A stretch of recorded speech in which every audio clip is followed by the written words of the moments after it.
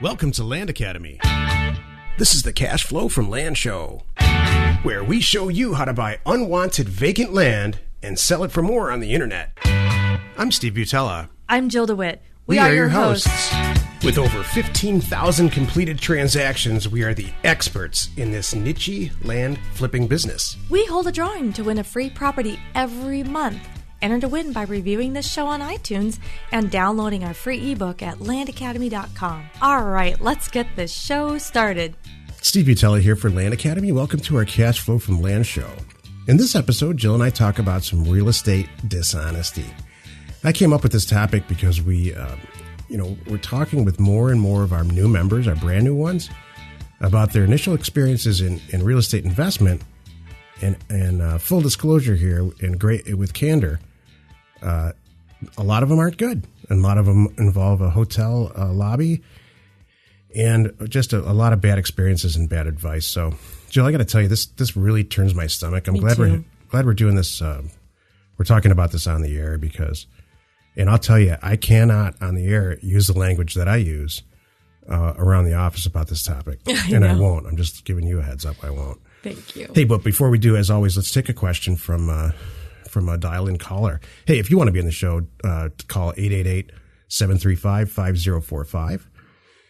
Leave your question for us. A lot of people are doing it lately, and maybe we'll have you on the show.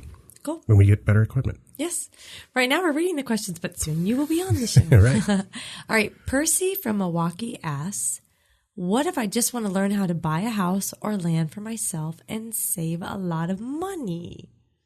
Love it. Right. So I think what he's asking there is, I don't necessarily want to get into the real estate business like your members do, but just want to learn the process. Can I get involved with the program because I want to buy a vacation lot or a cabin or something in northern Michigan? And in fact, that's a fantastic question. We have a lot of members who purchase the program and send out one or two mailers to buy an extremely inexpensive, targeted property for personal use. Mm-hmm. And some, they do it with houses too. Mm-hmm. So usually second houses, not first houses. Mm-hmm. So it's maybe something we should. It's interesting. I do say it as second houses. That's probably because we talk about it that way all the time. Well, you could buy a primary residence this way really easy. I know some of our members that have bought more than one property in the area that they like and then picked the one that they wanted and then sold the other ones off and then made the money back to pay for the one they just bought. I've done that many times. I mean, we end up always selling all, we end up selling it almost all because then we buy another one that's nicer. Exactly. So, yeah. I'm like, that's the brilliant plan. When they finally figure out, wait a minute, I have people call me back and now I could buy 3 in this area. Wait, and then I could sell 2 and keep the one I really like.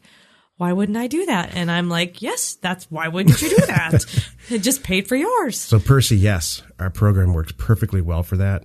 Works great for vacation land or recreation land, and it works great for cabins or cabin sites or cabin. It's not just for land. People want stuff just to go hunting sometimes too. I've had guys that like to take their family out and just be out there doing their thing, off-roading maybe. And a long list of programs that we are that are in development, and they're all based on how frequently our customers ask for them. We are developing a program that is just specifically for exactly what you're asking, but you don't have to wait for it. The basics are the same. Mm-hmm. So when we get to it, we'll get to it. But right now, everybody wants data. I know. And we're releasing the data package in February of this year. Exactly. Okay, so let's get to the topic. Property scams of all time. Do you want me to, can I throw some out to you and you tell me what your thoughts are? Yeah. Okay. I made some notes. Number 1, title fraud. Yeah. You know what this is? Not a lot of people know this. Okay. You know that you do not have to have the consent of the recipient to deed property to them. So if you are listening to this right now, I could, if I really liked you, deed a property to you and you don't sign it anywhere and you own it. And a year later you get a tax bill and you pay it or you don't pay it or you say, what the heck? And you call me or try to find me. And that's how it works in 99% of the counties all around the country. So that gives way to fraudulent behavior because And this has happened to me in several counties, not really recently, but it did several years ago, where someone just essentially forged my name and deeded property to themselves. And, if you sit there long enough, you can probably master anybody's signature. And if your wife's a notary, it's not too hard to start thinking that way, which I think is really too bad. Mm-hmm. So fraudulent, what's the actual quote, Jill? Fraudulent title fraud. And that might not be the definition of title fraud, but deed fraud, I guess, is closer. Right. Where you're clouding the title. Then it causes all kinds of problems for everybody. You got to go back and get title insurance and work it all out. And people have to sign affidavits and stuff. So yeah, it can be undone. It can be fixed, but yeah. It doesn't happen. It's a bummer that it's just some property scams we're just kind of talking about. It's just this topic. Yeah. So this is we're turning a negative positive topic. A negative topic, we're trying to take a positive take on it. Yeah. But there are things that you need to know. You need to know about this. Theoretically, you're listening to the show to learn about land and real estate. Right. You're never gonna come across this, but stuff you want to know about, just that it has happened. Or can I, next one? Yeah. And I've heard of this. This I think I heard of like in the 70s. Like there were people traveling around selling property more than one time. Oh yeah, there's a whole movie about that. I think it's called Glengarry, Glen Ross. Is that what it is? Okay. Yeah, and I think it actually was in Arizona where they get leads. This is long before the internet. It was a play originally. Okay. And I think it was a Neil Simon play. I don't know who wrote the play, but these poor guys are sitting in an office, somewhere in the East Coast, just picking up. They get these cards back. They put an ad in the paper or in a magazine. And the ad says, if you're interested in getting these properties for $100 or $5 or whatever, rip this card out of the magazine, send it back. So they have stacks of these cards. Right. They're calling these poor people and just hounding them. Right. So, and a lot of times the way that those deals were structured back then, you could sell one lot to 10 people, simultaneously collect all the payments, and then play the odds that one person is going to finish making the payment stream. It's awful. That's awful. So I agree. That's a scam. That's awful. Okay, how about this next one? Property investment seminars and courses. I just slide that one in there. I would love to hear what people are thinking right now. No, it's worth talking about. The truth is, Jill and I find ourselves in a defensive position on this topic often. Right. Like, what the hell are you guys talking about? Mm-hmm. What are you hawking here? Who are you? Why are you different? Yeah. I get that one all the time. The truth of it is, I'll answer the question in a second. The truth of it is, way more than half of the people that come to us come from these silly seminars, and our direct competitors, in my opinion, have some ethics issues with how much they charge and what they teach. Mm-hmm. So yeah, unfortunately, and I've never seen a residential program that I would buy. Mm-hmm. I agree. So like those late night infomercials and all that. Unfortunately, there's a lot of negative stuff out there, but there's a lot of good stuff too. Mm-hmm. There's a program called, and I have no affiliation with these guys. I've never spoken with them, but I just read through their website. I never bought it. Called Trailer Park University. If you check it out on the internet, those two guys, in my opinion, I could end up eating my words here because I didn't get the whole thing, but just the information that I got right in their website, a lot like us. Uh-huh. There was in our success plan. Yeah. Oh. And I'll tell you why. They back it up with data. They back up trailers themselves with data about where the income in this country is going and why trailer parks will surpass at some point apartments as just affordable. Hey, good for them. Yeah. That's cool. And they own a bunch themselves and they run them. And, it's not like, here's the thing. Why are we doing deals with them? Hello. We have the land. I'll put that on my to-do list. We've talked about it. We have talked, not that we haven't talked about this because we have. My to-do list is like 1,800. We've looked at a couple trailer parks ourselves. Yeah, that will happen. Okay. So the difference is, to summarize this, the difference in my opinion between people who the people who run these education situations and don't are people who have done transactions or they haven't. Do they have a credible transaction history?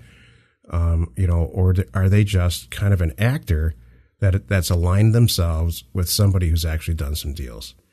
And I'm thinking, or do they have a TV show where they're running around with kids and strollers and stuff? And that, I just don't think there's a lot of credibility in that. It's entertaining as hell. Mm-hmm. You know, though I there's take a it lot one of people more. out there that are way more entertaining than you and I. But I doubt they've done more deals. I'm confident. And I my thing is, even if you've done a number of deals, are you really properly helping someone and teaching what you know? Are you holding stuff back? I hear a lot of things along those lines that people are like, I got this piece, that piece, this piece. I got to pay for this. I got to do that. I'm like, wow, I don't If you are understand. ever in an education situation, ever, I don't care if it's in a hotel, online, and someone says, what's your credit card number? Then don't do it. We need to look at upping your credit limit. That's the one that Anything. it's a little red flag for me. If you haven't, don't ever do a lot of research. Right. You know, you need to be convinced. Well, and I don't want anybody to really go into serious debt. You shouldn't be going into debt. You should never for stuff like go this. into a If you're crazy starting out debt. buying properties for $100, $200, $300, $400, $500, and then that's all you're doing. So what? Right. Save up a month or two and $500, and then go buy a property, and then start doing it slow. The other That's thing okay. that comes straight to my mind that I think is really too bad is some of these late night infomercials where there's a guy walking. There's one like a year ago. There was a guy walking around his garage saying, "I used to live in this garage and I had nothing. And if you think your situation is bad, my situation's worse. And now I live in this house and I drive this car." People who are hawking getting rich, that if that's the point to all this, then it's not valid. I did not get in. I got into this to make a great living, and we do, but I did not do it to drive a Ferrari. That bikini Ferrari mentality, that drives me nuts. I know that really sends you to. We've had a number of employees that have that, and I'll say right now, it's been young men who have worked for us, and they get into our offices and they learn what we're doing. They get an idea, and that's all they see. There's like, I'm gonna have a bikini. I'm gonna have a Ferrari. I'm gonna have a bikini. I'm gonna have a Ferrari, and a girl in a bikini next to me next year. That's what they see, I know. and we're telling them, knock it off. Don't think that. This is not, and then. Many people have asked me why the hell I drive the car that I drive. You know? Yeah. And so I don't know. I'm good with mine. All right. How about this? Home improvement scams. That hit the top 5 list, didn't it? Is that number 5? It is number 4. Yeah, I mean, we all know about those. I guess that made the list. What is that? Home improvement scams are, oh man, there's a million of them. You know, Is it like HGTV? You want to flip? Guy, you put an ad on the paper or in Craigslist and you say, I'll redo your bathroom for $5,000 and I'll do it this weekend. And then and they come in, they assess it, and they say, oh, this is perfect. We do this all the time. I'll be here on Saturday morning at 6:00. I need to go buy some materials. Please give me $1,500 and I'll be back and we'll knock the whole thing out. It's very common. Oh, Jill. That's I wish we could put your face on the show. I mean, video. Oh, You're so innocent sometimes. You didn't know this kind of stuff goes on? No, that ticks me off, man. Here's another scam. It has nothing to do with real estate, but I got it. I know people did that. Here's another scam, and it's just, when I heard this, I said, man, everyone could get away with this. Wow. So let's say you're traveling, and you've been traveling for whatever, 10 airplanes and cars and cabs and stuff, and you get to your hotel, you check in. I heard this one. Okay. Yep. You check in your hotel, and you go up to the room, and you're all groggy, and you're half asleep, and the phone rings. And the phone rings, and the person at the other end says, hey, this is the front desk. There's something wrong with your credit card. Yep. Do you have another one? And we'll just forget about the whole thing. And so, because you're so tired, you give them the credit card, and there's somebody trying to get your credit card number. Totally. I must have been with you. It's never happened to me. I would fall for that every single time. Right. I would too. You just get in your room when the phone's ringing. Yeah. Oh, yeah. Okay. And it's housekeeping who watches you go in there. Or who knows who? I don't know. Sure. It's or the guy at the desk. It's not him, but it's somebody. He's the feeder, the information feeder. Oh, that's right. God, that makes me mad. Okay. Number 5, homestead. Oh yeah. You know what? I added this one to the list because more and more I'm seeing take learn about how to homestead property. So if you don't know what it is, homesteading is, I talk about this in our program, Cash Flow from Land program. That's how property got titled originally from the federal government to individuals. So the feds, to raise taxes, to put themselves in a position where they could collect tax, which is property tax, they gave away property or they sold it for like $5 an acre. And this is all through the 1800s. In fact, it stopped in 1986 in Alaska. You could still homestead property up to that point. And it involved, there are a lot of different ways to do it, but the initial one was put a fence around it and improve the property so that you live there and create a farm is what they really meant by it. Right. Improve the property that way. We're going to tax you and make a good living. And it worked out great. It was a great program. Well, I'm seeing more and more on the internet where there's people that'll teach you how to homestead property. And I'm here to tell you, it's gone. That program is gone. You cannot get free property like that. Yes, I concur.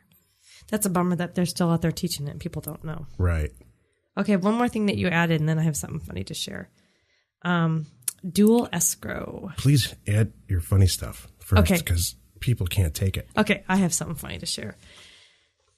Stephen has decided to help the office staff out, myself included. I can't wait where this is going to go. I can't be responsible for what I say. You got to hear this. This is this is my partner, everyone, and this is what I get. Is my whole staff is, they're kind of liking it. It's just funny. So Stephen has decided that instead of teaching somebody how to do something once, he's going to now create personal videos for all of us. They're not personal. Well, they're not personal. They are. They're training videos. It's kind of an office training video. So, it is a really good idea. Why is this so funny? I just wouldn't have thought of this. I don't know. Do you know anybody else that does this in their world? Toyota. Well, do you do it for your kid? Like, hey, if I could have done this for my kid when they were little, like, here's how you empty the dishwasher. No. Watch a video a few times. Change your own diaper. Here's a video. Exactly. Here's how to operate the washing machine. I think it's fantastic. That's what you're doing in our office, but you're taking it to a new level. It's really, it's all really computer good stuff. Everybody loves it, Jill. They come over here. They're like, "This is the greatest thing ever. Why didn't we do this 2 years ago?" You're the only one who thinks it's silly. I just never would have thought of this. I just want we have our own personal inter-office training videos. Nobody can say that. It is a good idea. I just thought that was funny. I have to ask why. Why are you reacting this way? Well, maybe because I didn't see it coming. I don't know. I just got tired of answering the same question 16 times and they still don't get it. Now they can just hit the rewind button 62 times if they need to, because it's like 19 tasks to do certain stuff, and they're little things that have to happen in order. Right. And I get it. You need to see it 15 times before you understand it. I do get it. And it is kind of smart. I just didn't see it coming, and it just kind of caught me off guard. And I'm like, what is going on? All of a sudden, it's less crap that I have to do. These videos popping in because I get a copy of them. I'm like, what is this? I didn't know idea. They're all on YouTube. I know. But they're locked. Yeah, it's funny. No, it's if we awesome. Get enough, you know what? If we get enough emails just because they want to laugh even more, our listeners, I'll unlock some of those and we can. It'll be hilarious. Here's Stephen teaching the office staff how to X. How to breathe. Steve, I'm Well, maybe that's what I'm thinking. It's funny. I'm afraid. I'm like, what's coming? That also made me think of the banana peel and the shredder. But then we won't go ahead. You got to say it now. No. I'll save it. I don't like paper. I'll save that. I am personally, except for deeds, completely paperless, and the rest of this company it's a battle I lost. It is. Stephen is the only person in our whole office environment that does not have a trash can. So a lot of years ago, way before you, I got so angry at this topic because people are pretty good about not printing stuff now. Right. But in the early 2000s, paper was just everywhere, stacks of paper. In our business, we don't need it. Like insurance, you got to keep documents. And like lending, you got to keep documents for a long time, and I get that. Mm-hmm. But there's no reason because we're all pretty bright here. Right. Yeah. So one time I got really mad and they took everyone's wastebasket away and took all the filing cabinets out. I sound like an awful person, don't I? No, it's good. Anyway. All right. What was I supposed to talk about at the end? Dual escrow. Oh, dual escrow. This is what dual escrow is. It's not a scam. This is something you just want to throw in and talk about? Yeah, because it's like dual escrow is like bell-bottom jeans. Sometimes it's bad. They go in, they go out. They go in, they go out. Why is that so funny? Who thinks? I would love to have like a face cam. Please tell me when bell-bottom jeans are coming back, because I don't. I don't mean bell-bottom jeans. I mean like what's that called? The hem? Like the perimeter of the jean gets bigger and smaller. Right. The perimeter? Oh my goodness. This show is obviously over. Wow. Dual escrow. Is it in? Is it out? It's a fad. It's in right now. It's in. Dual escrow is when you find a property to buy and you say, hey, seller, I'm going to buy your property. Or maybe I'll assign it in really small print. So you open escrow and then you go and find a buyer. Or you have one in your back pocket before you do it. You assign it to that buyer and he kicks you in on the deal. Jill and I call that optioning. We don't do it through escrow, as long as you fully disclose it, it's a great idea. A lot of sellers get upset about it because they don't know when their deal is going to close. But hey, if you tell them, look, if you're not in a real hurry, this is how we approach it, and we call it optioning. If they want to sell their property for the price that we're offering, then we don't ever option it. We just close the deal. We come up with the cash and close it. If they want some more money and they're not in a real hurry, our answer is let's option it, which is dual escrow. It's not really. It's a scaled down, more simple version, which essentially says, all right, we got 20 guys in our back pocket that we can resell this to at our asking price, but your price, we'll go find somebody, and it might take about 30 more days. Mm-hmm. And then we close the deal. They get their money, we get our money, and I love it. So I was trying to actually end this episode on a positive thing. That's good. It's a slightly controversial topic that goes in and out of style, but it really is a good thing as long as you disclose the heck out of it and choose the right person. Thank you for not titling this Stephen and Bell Bottoms. I don't want to wear bottoms. I don't want to wear bell bottoms. Well, what would be a better? I have a lot of questions. Shoulder pads for women? Is that better? Well, no. Think of something that's coming back. I know what's coming back that you and I saw the other day at lunch. 80s. Yeah, like goth. Yes. Those girls with that spiky hair. That's okay.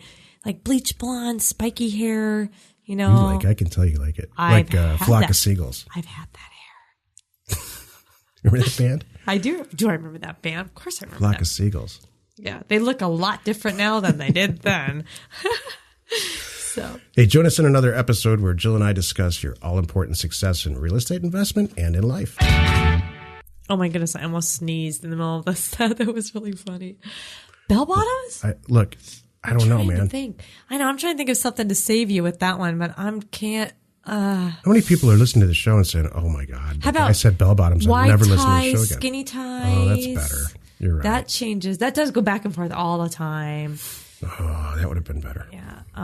Suits, men's suits. I think I see those go, because you can't vary those a whole lot. Skinny pants, not so skinny pants. No, the tie would have been perfect. Everybody knows about that. The tie, yeah. All right. But I think that was a good, that was really a great show. I enjoyed doing that. I think we answered a lot of questions. Sometimes we do real estate shows and sometimes we do comedy shows. Sometimes when the show is really good, but there's both all mixed in between. Mm-hmm. This was more real estate. Was it more? I don't know. Except for the bell bottoms. That was good. Anyway, let's go buy some property. We hold a drawing to win a free property every month. Enter to win by reviewing this show on iTunes and downloading our free ebook at LandAcademy.com. If you want to get involved or you need more information about our profitable, niche real estate operation, call 480-467-0359. You just might get Jill at the other end of the line. LandAcademy.com. You are not alone in your real estate ambition.